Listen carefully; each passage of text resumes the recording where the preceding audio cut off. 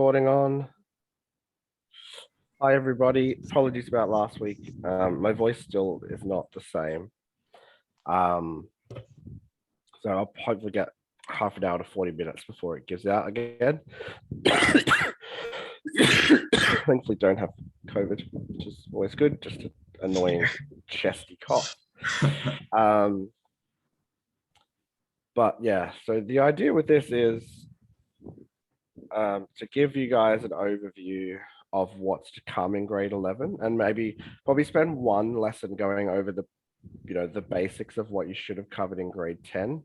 So things like surds, multiplication laws, power, square, cube roots, exponents and log laws, factoring, quadratics, parabolas, exponentials, proportions, compound interest, all that kind of stuff. So Julia, how horrible was grade 11 methods? Give us your take. I used to do really well at maths and like topped it a bit, and now I'm like barely passing. Just filled with sadness. Woohoo! Okay. It's not It's so all great. I hate it. it's not all gloom and doom. No, it's I also because like other subjects I do, but like yeah. I think grade 11 is harder than grade 12 for most subjects. If you've seen on our Facebook, Millie joined us in grade 11 and she got a D plus for unit 1, so she failed. She just graduated with a 91.8 ATAR and a B plus in methods. So I think grade 11 methods is probably harder than grade 12. There's a lot more content involved. That's the same with chemistry, with biology, physics.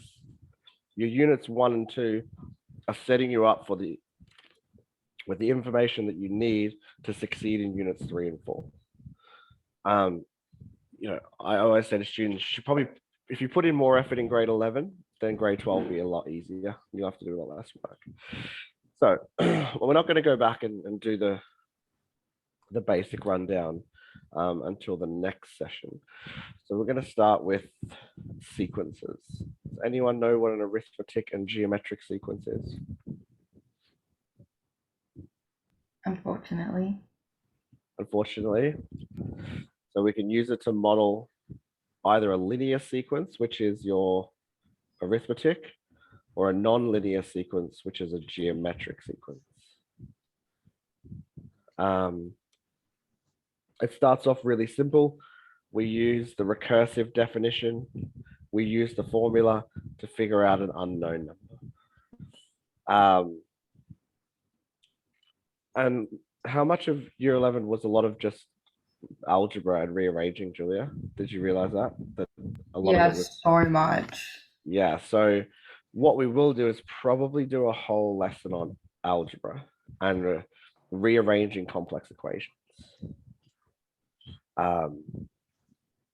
Because I think even in your 10A class, if you guys, did you guys all do 10A or 10 methods or whatever they call it? 10. Yeah, some call it 10 methods. They're not supposed to, but it's called 10A. Math, I don't know. I think looking at the work you were doing with Tammy, I think you were doing 10A. Oh, okay. Because you were doing parabolas and stuff like that, weren't you? Yeah. Yeah, so that's your 10A stuff. So so we've got this class, and then we've got 3 in January. So between now and then, I know you've got very busy lives of sleeping in and doing very little in the holidays, but go over those basic algebra skills, rearranging equations, doing inverse of things. It'll make your life a lot easier in grade 11, and grade 12 to less of an extent. I think the maths in grade 12 is more difficult, but there's a lot less of it. And if you can pass grade 11, you can pass grade 12, in my opinion. Well, actually, not in my opinion, in my experience. And even if you don't pass grade 11, in Millie's, using Millie as an example, she went from a D plus to a B plus, when theoretically it should have got harder. Anyway, I digress. Okay, So we're looking at sequences. Now I guarantee you I will not be able to find my. All right.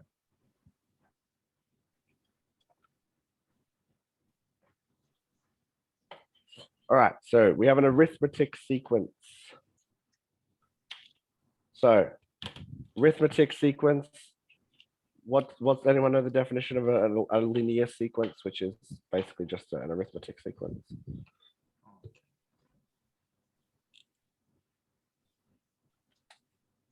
So we can use an arithmetic sequence to look at linear decay, so plant growth being one of those. And this formula here, again, is your formula for your arithmetic sequences. Pretty basic formula. And you'll see that as we go through. So looking at linear growth and decay. Does anyone know what depreciation is?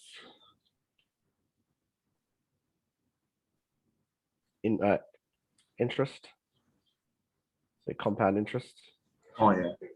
Yeah. So if more people knew about compound interest, there'd be less people in serious debt problems.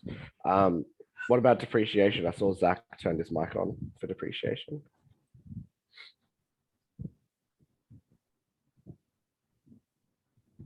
So when I bought, when this phone was brand new, it was worth, I don't know, $1,000. Every year, it loses cost, or it loses, usually in a linear fashion, it loses value. Brand new car, each successive year, it's going to lose value until the end. Geometric sequence is slightly different. This is where we have a non-linear growth. You'll use these. Julie, did you do the flu outbreak modeling in grade 11, or they put it back in grade 12? I cannot remember. It's horrible. You'd remember. So modeling flu outbreaks, modeling COVID outbreaks. That was the assignment last year for grade 12, one of them. Looking at, okay. Actually, that is what we did. You did it in grade 11, modeling the COVID outbreak? Yeah. Okay. You probably use exponential graphing on your calculator. Yeah, we used we didn't really use sequences at all for that. No, that's more your exponential stuff that we'll go through. But similar idea, it's a non-linear growth curve or decay. So the classic question for geometric sequences is you drop a ball, each successive bounce, it decreases in height by 60%. How high is the ball by the third bounce? That was a question in last year's exam. How many students do you think got it right? Something very, very simple. None of my students got it right. So we're going to go over the basic skills required. Okay, arithmetic sequence, and we're going to go through this relatively quickly. You guys are doing methods, so this should be fairly simple for you. So can you guys, what's the time? 2 minutes to figure out if these are arithmetic or geometric and what's the difference between them, as many as you can in 2 minutes. Let me put my timer on.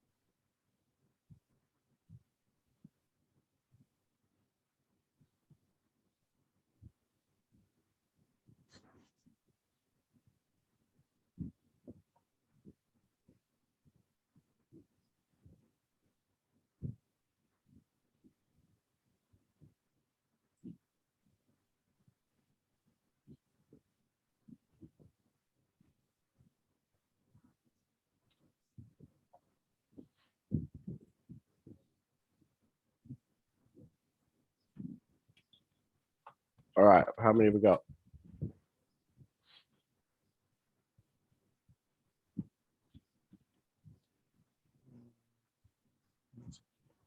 So what's the first one?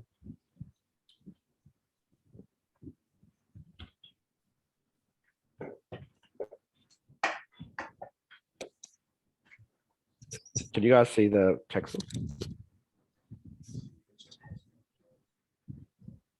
Sorry.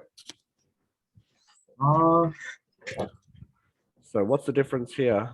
We've got 5 to 6, 6 to 8.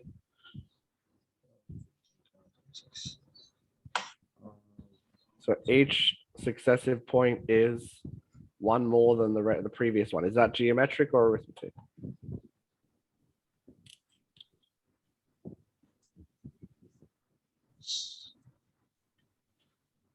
That would be geometric. Can you guys see the textbook? oh, Sorry. Just sorry, just just refresh. Geometric means what is wait? So geometric, so if it's an arithmetic sequence, it has to change by the same number each time. Oh, okay. Can you see the numbers here? Yeah. Okay. So this one here, is that an arithmetic or geometric sequence? It's just changing the same numbers each time. So no. This one here, when we're looking at arithmetic sequences, we're looking at the ratio. So the ratio between 5 and 10 is 2. So the ratio is 2.00. You're doubling each time. Here we have a arithmetic sequence that's going down by 6 each time. What about this one? I'll give you guys 30 seconds to figure this one out.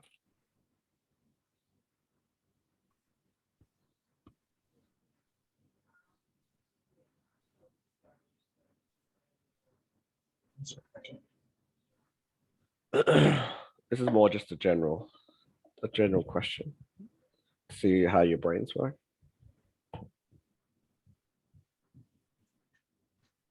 Oh, sorry.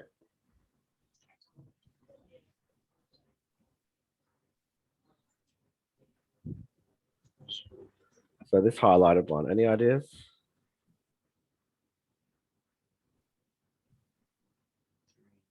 Zach?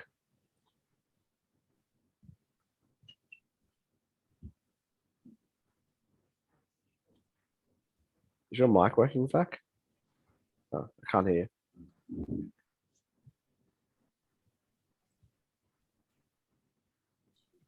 So this one. Is it adding the previous two numbers together? There we go, Julia. Very good. Are you wanting to do medicine, Julia? I think so. Not really. No, don't want to follow in mum's footsteps. No. Okay, fair enough. Okay. So when we're looking at sequences, what is it that you want to do? I can't remember. No clue. No idea. That's not a bad place to be. I'm 33 and I still don't know what I want to do. $105,000 hex debt. My higher education uni debt is $105,000 now. So changes by 4 each time, arithmetic. When we're looking at geometric sequences, we're more interested in the ratio rather than the numbers. So to be a geometric sequence, it has to have the same ratio between the numbers. To be an arithmetic sequence, it needs to have the same number value. What kind of curve are we going to get with a geometric sequence?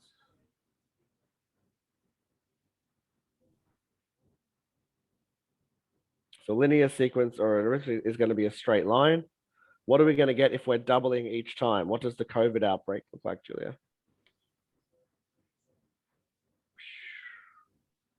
We're going to get exponential.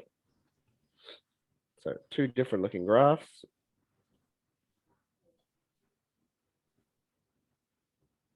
So again, I'm going over this fairly quickly because it's fairly basic for you guys. As long as you understand the difference between linear and exponential. So arithmetic sequence, going up by 6 each time, you get a nice straight line. Okay. I'm going to stop and pause. I'm going to get you guys to have a go at some questions in this. It's not just going to be me talking. So we're talking about linear growth and linear decay. Okay. Again, I'm going to give you guys a couple of minutes to have a go at this one. So grass tree on the east coast of Queensland grows by 9 millimeters each year. When it's first measured, it has a height of 0.6 meters. And we're going to do this the hard way. Then we're going to learn how to use the recursion relations to solve them to any value. So how high will this tree be in another 5 years? And I'm putting guys 2 minutes because I just want to see how your brains work and what you think is the process of answering this question.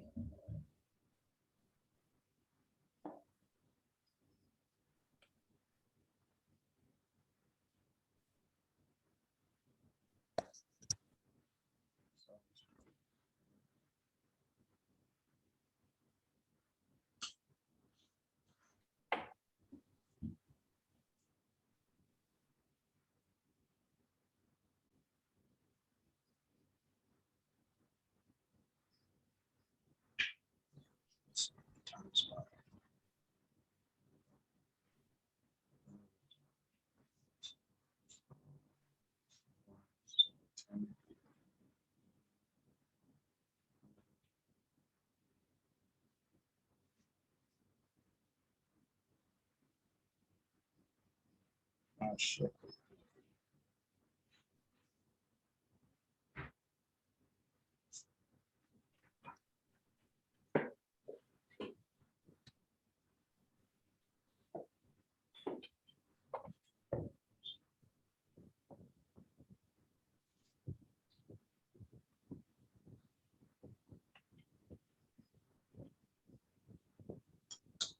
Julia, what will we do here?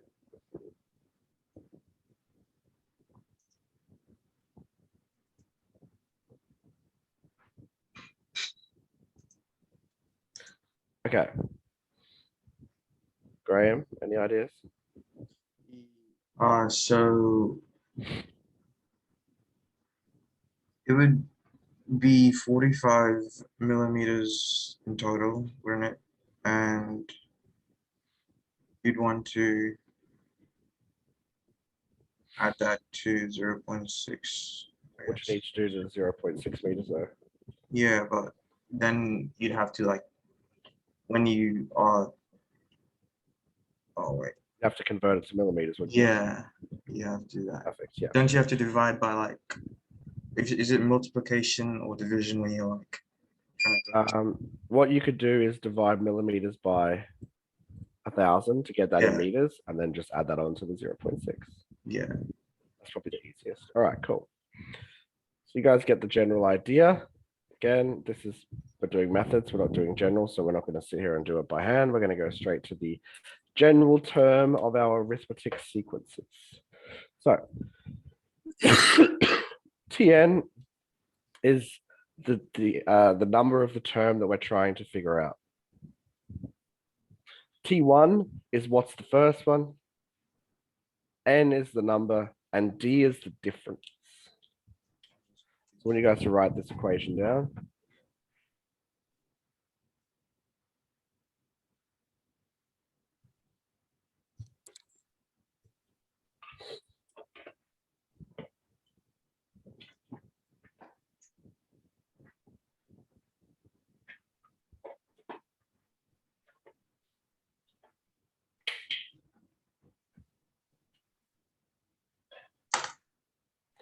All right. So using this formula here, I want you guys to tell me what is T, oh, sorry. Fat fingers and a very sensitive gaming mouse. It's not a good combination. Okay, so T15. So N is 15. T1 is 6. And the common difference is 4. I want you to tell me what the 15th term would be. Again, we'll set that 2-minute timer. Very simple equation. You're just plugging the numbers in. We're not even rearranging at this point. So N is 15 and Tn is So T15. T15. Okay. Oh, thank you. Because we're doing N minus 1, because we want to, we already have T1 in the equation. So we take away 1. Okay. Again, I'll probably do this session over 2 35-minute recordings or something similar. Got another class after this. I need to kind of save my voice a little bit.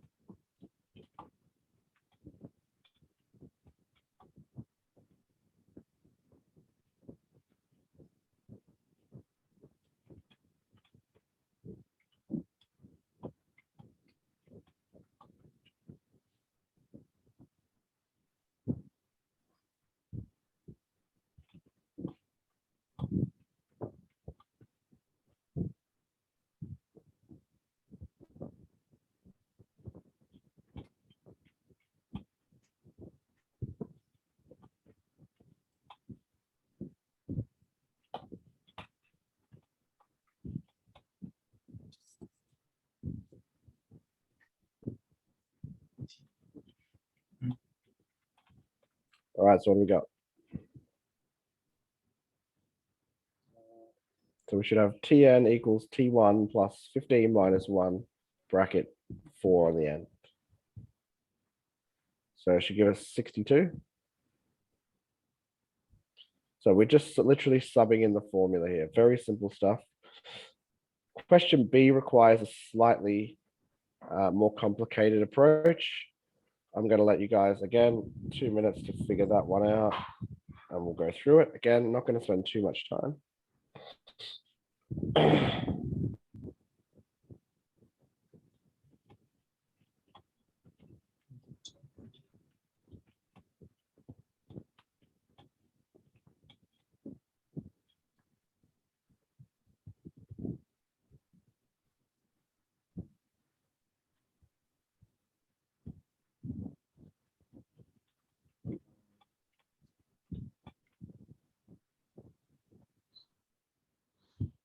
So this one here. So what would your T1 be? Graham? T1. Yeah. In this question. What would T1 be? Would it just be this the first one here, 28? It'd just be 28. Yeah. What's the common difference between all those numbers? It decreases by 5. So it's -5. Oh yeah. Yeah. So there you go. Sub the numbers into the formula. Sorry. So you just sub those numbers into that formula. All right. So T1 being 28, D being -5, and N being 12. Oh, okay. So again, it's just a matter of getting used to using that formula. How much time did you spend on sequences, Julia? It's not a huge amount of time, is it? It's a couple of weeks. Yeah, really not long compared to everything else. Yeah, it depends on the teacher. Okay, so put our problem solving hats on. This is now asking us how long until our value exceeds 300. Now we can use the same formula. So we look at our numbers. T1 is 14. Common difference is 3. And we've got 300 here, being Tn. So we sub our formula in.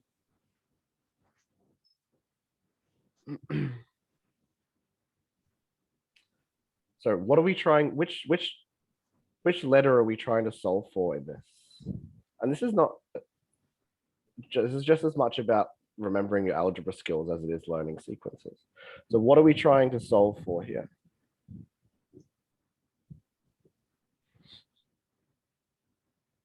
So we're trying to solve for n. How many terms, which is n?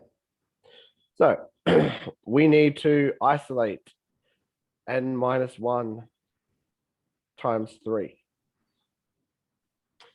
First, we need to simplify, so we put our 3 on the outside of the bracket. So here in algebra, we can directly swap the 14. Sorry, directly swap the 300 and this. What is the inverse of addition?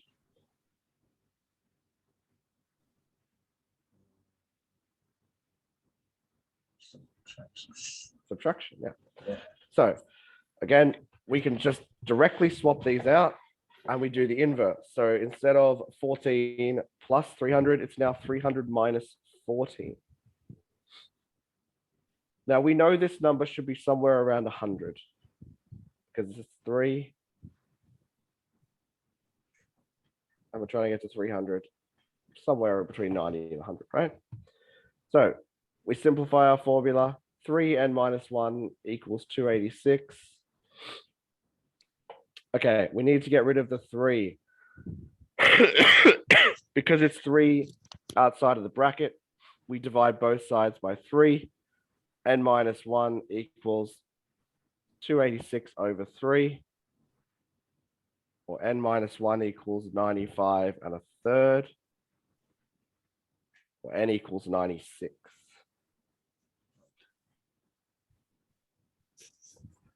We plug n equals 96 back into our equation. And well, is 299 greater? Does 299 exceed 300? So we'd have to go to the 97th term. How many marks do you think a question like this would be in an exam, just out of interest? Be looking at like 3 or 4 marks. Okay. Does it have to be a mixed fraction? Yep, so you would just round down. Okay. Yeah. So you just round down to 96. But Julia, when do you round in maths?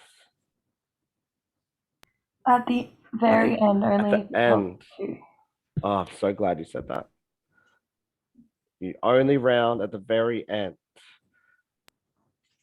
Is everyone aware of like significant figures? That kind of thing? Law of significant figures? No, not really. Okay, that's something we can go through. But that just says Chemistry. Yeah, chemistry. There you go, Julia. So significant figures tells us how many numbers we should round to at the end. When you're talking about measurements, if you round too early, you'll get, okay, let's say we're doing an exponential analysis of a COVID outbreak. And in the beginning, you round off 0.2. over 1,000 cycles or 1,000,000 cycles, that's going to throw your final answer off by a massive amount. So it's annoying, as Julia can probably tell you, that sometimes you just have to sit there and write out 7 decimal points or 8 decimal points or 10. But do not round until you get to the end.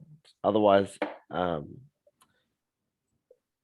you guys know what carry through errors are or follow through errors after you? So in an exam, if you were to round and get the answer wrong, as long as you followed the correct steps, you can still get like 75 or 80%. Oh yeah. That makes they do that. Yeah. So in the QCAA external exam, you get to sort of show your understanding in a multitude of ways. So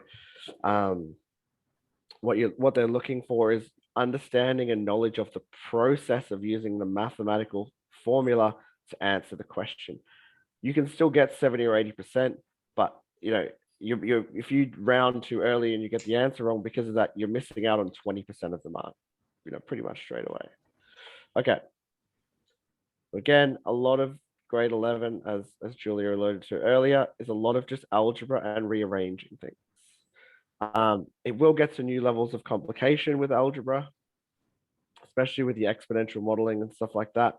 But if you remember the basics of it, then you're probably a fair way ahead of where your classmates are at. Okay.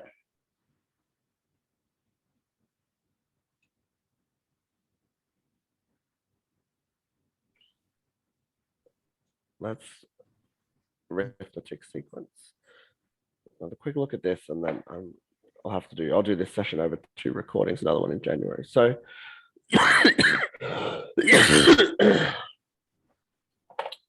everybody aware of the idea of interest and what the difference between simple and compound interest is? Yeah. Yeah. So interest is a arithmetic sequence when it's simple interest. Simple interest is you give me $1,000, I'll give you back 5% of that each year, but it doesn't, the amount doesn't change. So we're not going to go through simple interest with arithmetic sequences because that's way below the where you guys will need to be at. But what we want to do is look at our geometric sequence. Now, remember, our geometric sequence is a ratio difference, not a number difference. This one here, the ratio is 0.2 or 1/5. I prefer decimals because it's just easier. What's this one here? Anyone want to hazard a guess?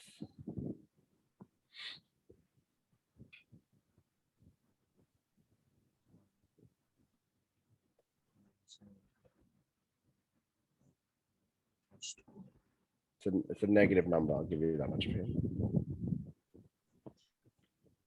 20.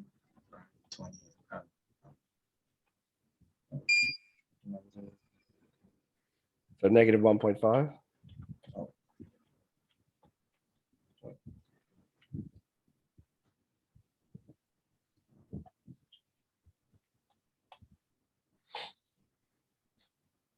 Perfect.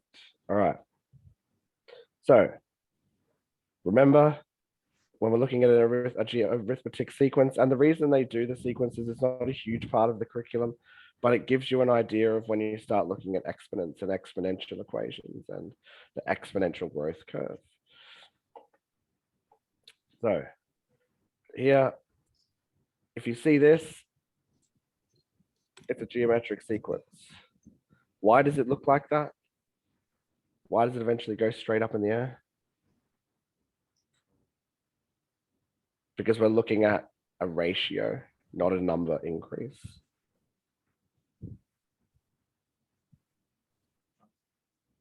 Yep, not going to bother with that. Okay, so here is the general term of an arithmetic sequence. Again, I want you guys to write this down.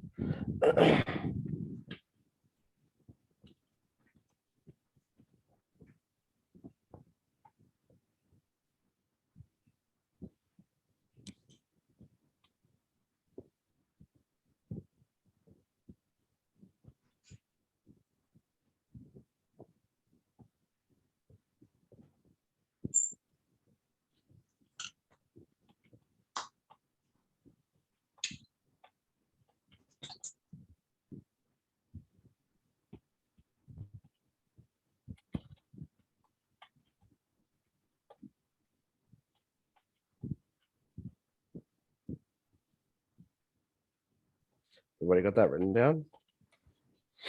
Yeah. Okay. So again, we're just going to practice plugging it into the formula, nothing crazy. So find the indicated term in each geometric sequence. We've got our formula. So n is 5, t1 is 10, the ratio is 1.2.